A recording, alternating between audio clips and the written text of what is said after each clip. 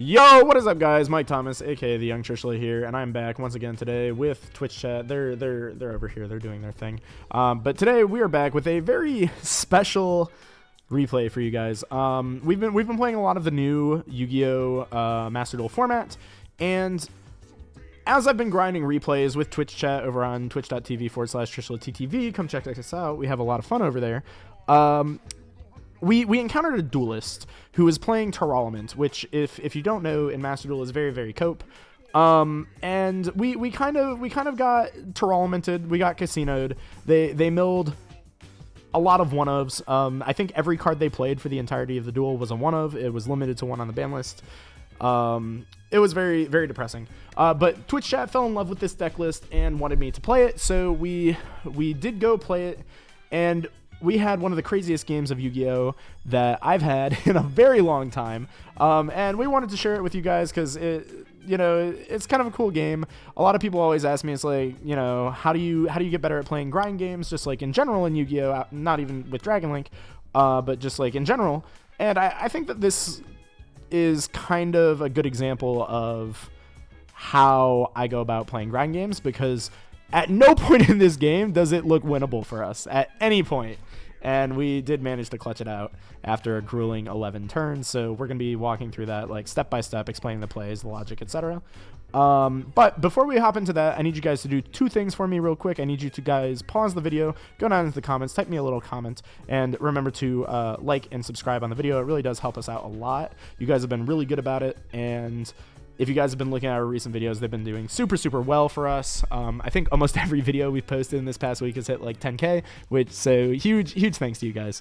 So keep doing that. Keep doing that. I like it. It makes me very happy. Second thing is, you guys can go down into the description down below, and you can download the Yu-Gi-Oh deck tracker for Yu-Gi-Oh Master Duel with our link in the description. It's completely free, and it adds some really, really cool features to the game, such as importing and exporting decks and sharing them between friends, as well as tracking your stats when you are using those decks. So it helps you get better at the game. So definitely check that out. And it helps us out, and it's totally free. But you guys don't care about that, so let's get into the video. So I'm going to pull it up. I'm going to mention it again just because, the number keeps going up. So some of you guys must care. This is my Master Duel ID. You can follow me on here. Sometimes I share my replays. But yeah, let's hop into this. And this was just a wild turn. You can see it was 11 turns. It was 11 turns long. And you guys can also kind of see the win rate over on the side before I hide it, because I forgot to hide it. But this deck was not doing great. This deck's a little bit goofy. I'll show you guys the deck list afterwards, because there's some quirks in here. And one of those quirks right away, you guys can see that we are playing Bestials in this deck. There's no Beatrice in here. There's no rank 6s at all, actually. So not really sure why the Bestials are in this deck, but you know what? We didn't make the deck list, so not my place to judge, not my question. But we're just playing the funny ladder deck, because it did beat us, so it must be a good deck, right? So we go Kit immediately with our Rhino Heart, and we get impermed. If you don't know what Tier is like attempting to do in Master Duel right now, the standard sequencing is you go like Kit, and then if you have nothing else, you just dump the Tier Cash, mill 2, and then you sack off the Kit, get the Tier Cash back, mill another 8, so you mill like 10 cards. And if you have access to the Tier Cash somehow, you can get the Scream in rotation too, mill another 3 cards. So you mill like a third of your deck off of that. So it's not too bad. But we just set 2 cards and we pass. So not off to a great start. And our opponent immediately goes Fusion Deployment. I'm like, okay, that's not great for us, because we're like, they make Mirror Jade, our Kit Kalos gets banished, so we're not gonna win. And of course they Cartesia send the all on Volbaz, and I thought they were gonna make the Albion Dragon or anything else, but they end up making Sanctifier, and I was like, okay, that's different, but sure.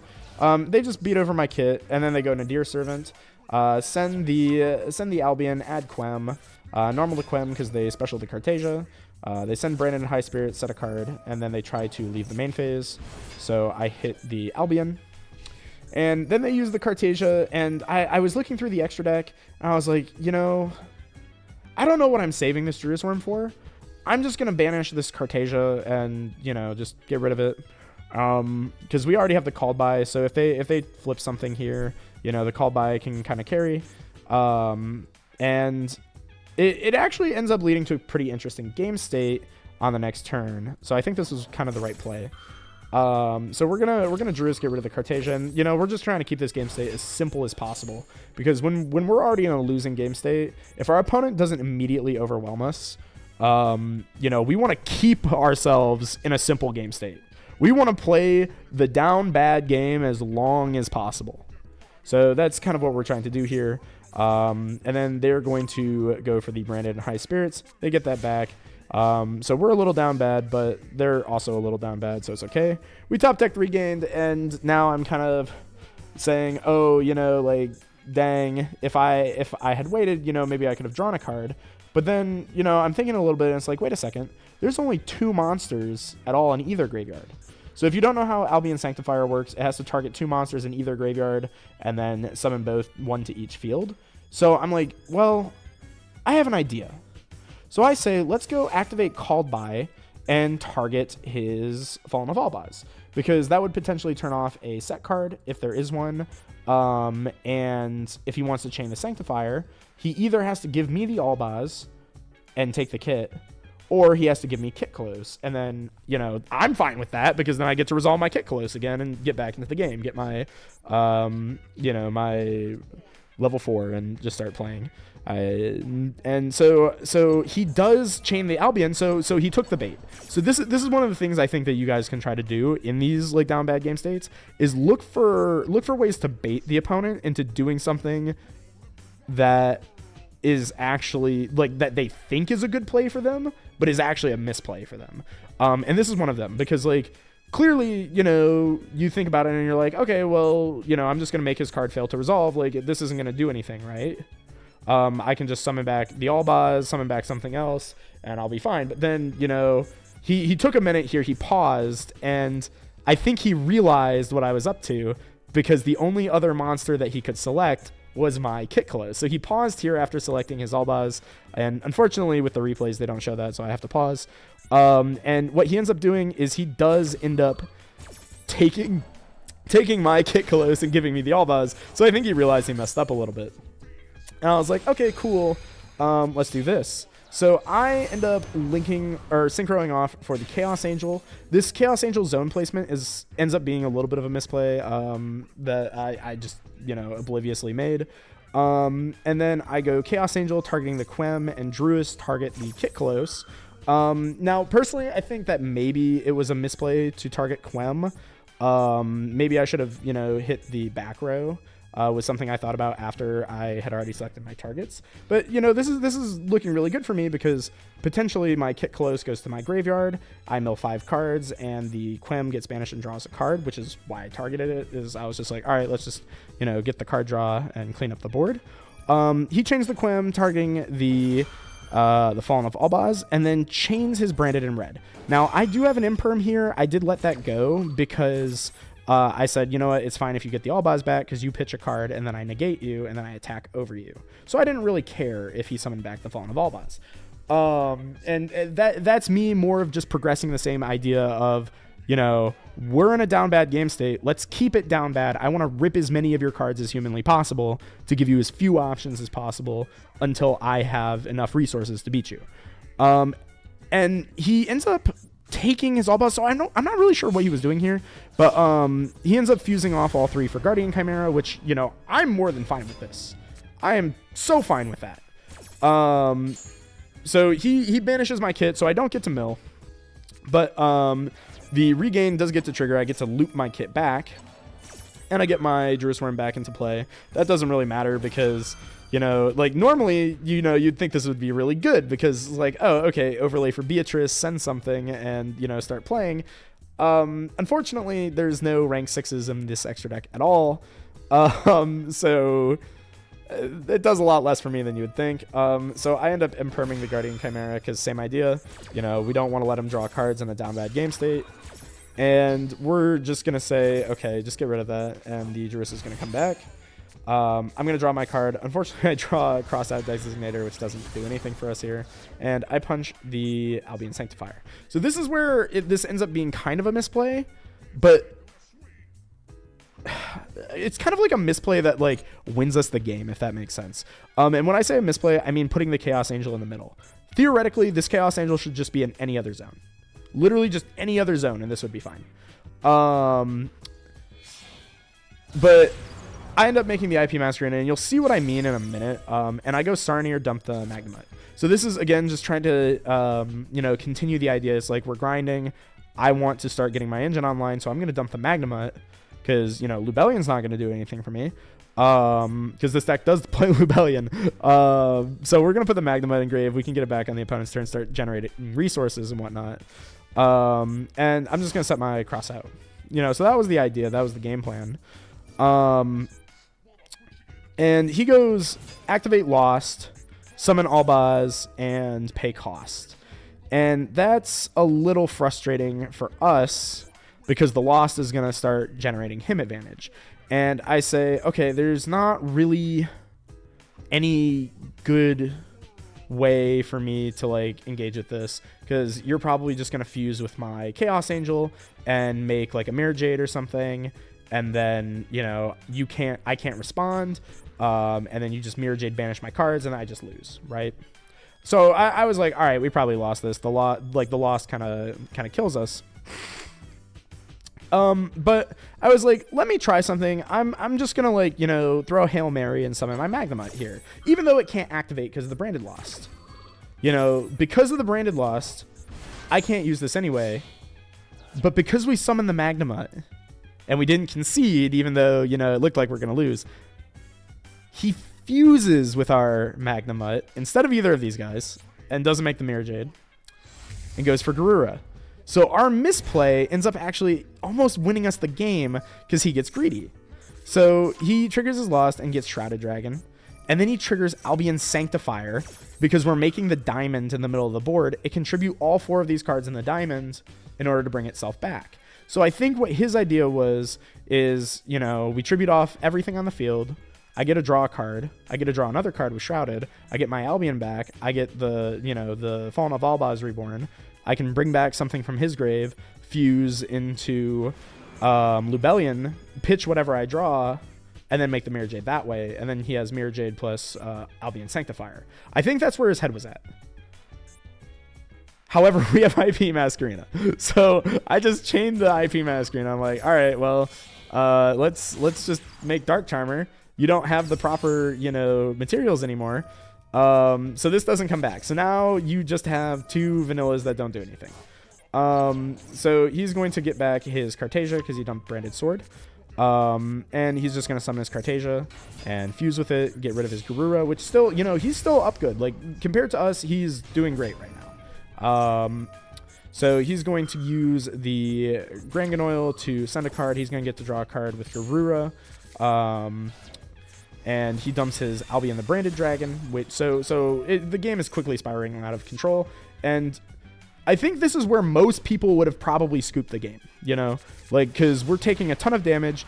We have no real cards that do anything, and he's, you know, setting a trap, like doing everything.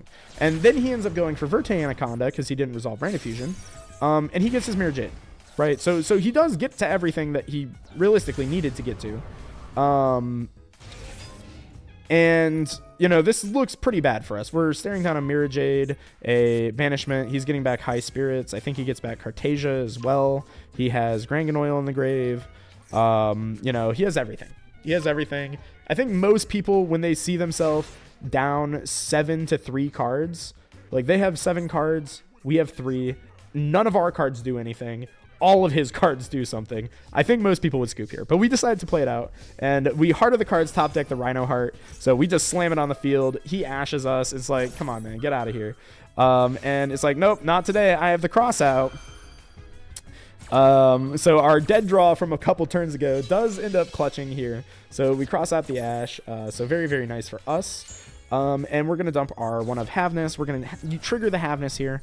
And we could make the Kaleido Heart and try and pick apart this board, but you know, that just gets banished by Mirror Jade, and then we kind of lose. So let's not do that. Let's make the Kit Kalos. Just keep rolling with this Heart of the Card stuff. He's going to make Grangan effect here, and he's going to chain his Mirror Jade, which, you know, I expected at this point that he's using the same philosophy we are. Down bad game state. Let's just get rid of some of these cards and just, like, you know, just keep the, like, just get me to pass so that he can attack me and win the game.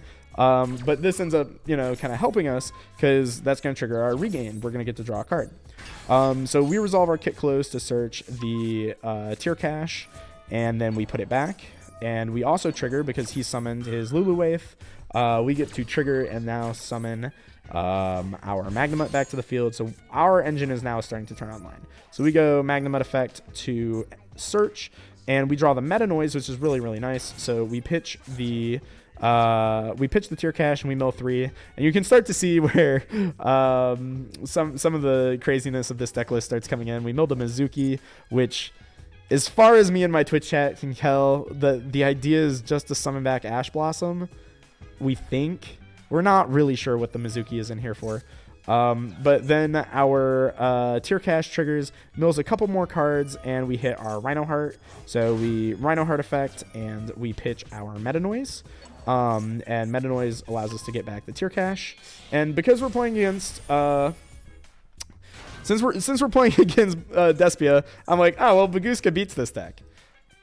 So we go Baguska, and we put everything in defense mode, and it's like, all right, this will buy me a couple turns. This card is Pot of Greed, just very, very slowly. So we're just going to put this on the field, and then we use Zephyros to put our Magnemite back in hand, because we know this is banishment, so, you know, I want something to trade with banishment. And then he Sarnier hits the Zephyros, and now I'm starting to think, it's like, well, if you had a Sarnier, why didn't you Sarnier hit the Havness? And, like, I kind of get it, to be honest, because, like, I would get to draw a card off of the regained at that point in the turn, and, you know, he knows that I have the Sharon in hand, so like, maybe in his head he's thinking, like, okay, well, you know, he summons the Sharon, he mills cards, and, like, he goes crazy, so let's just Ash and see what happens. But I think he definitely should have just Bestialed me. So you know, very cool, but, you know, as game states get progressively longer, your opponent makes more and more, like, you're giving your opponent more and more opportunities to misplay, which is where I think these mid-range decks kind of shine, is allowing your opponents to kind of beat themselves. And kind of the way that you can play Yu-Gi-Oh! Sometimes is just like it's an endurance game, right? Like, seeing how long can you stay focused and make as few misplays as possible while your opponent makes a lot of mistakes.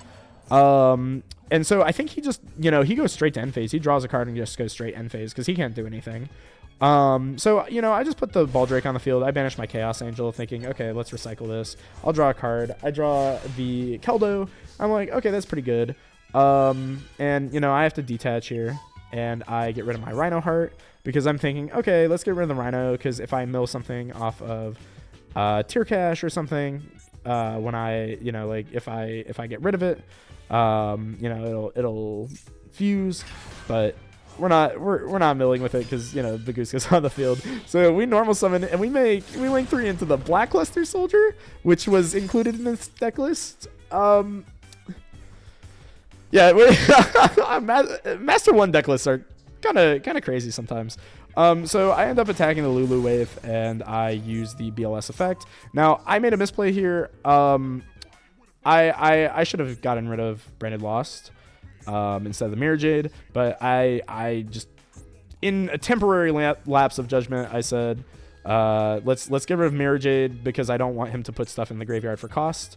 And then I was like, wait, my Baguska. Oh no.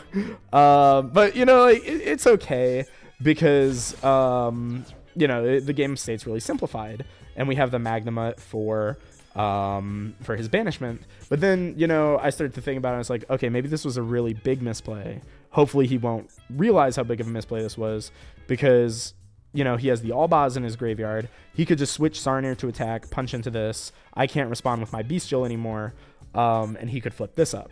But then, I'm thinking again, and it's like, okay, well, I have Keldo, so I was starting to think about it. I'm like, what level of like a misplay is this?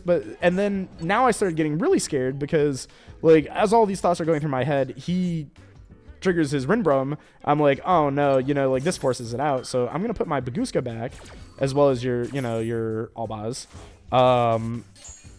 And now I'm like, okay, like I'm panicking in my head. It's like, all right, you're just gonna do the play that I thought about, and like you're just gonna crash and you're gonna make another Mirror Jade, and I'm gonna lose. But he doesn't do that. He goes for Cartesia. I max C him. And max C, at this point in the game is fantastic for us because, we need our cards. He goes normal summon Springing's Kit. I don't Valor it because he has the Cartesia on the field. So I don't want him to fuse these away. And he searches the Branded in White. And then he banishes 2 for Lubellion. And it wasn't the Mirror Jade. And I was like, it wasn't Mirror Jade? And this is when it dawns on me. He probably only plays 1 Mirror Jade. Because there's no reason not to make Mirror Jade here. And we have seen him not make Mirror Jade, like, in so many opportunities where you'd think he'd make Mirror Jade. It's like, oh my god, he's playing 1. This card doesn't do anything. Like, this is dead. And it makes sense because he just shuffled back the Mirror Jade. So it all starts to click for me. And now, because over the course of 8 turns, I've seen him play in a certain type of way, we've gained knowledge on his deck, and that can give us confidence moving forward. So he punches over the Baldrake with his Dragostapella, and, he's just got random monsters on the field, our problem now.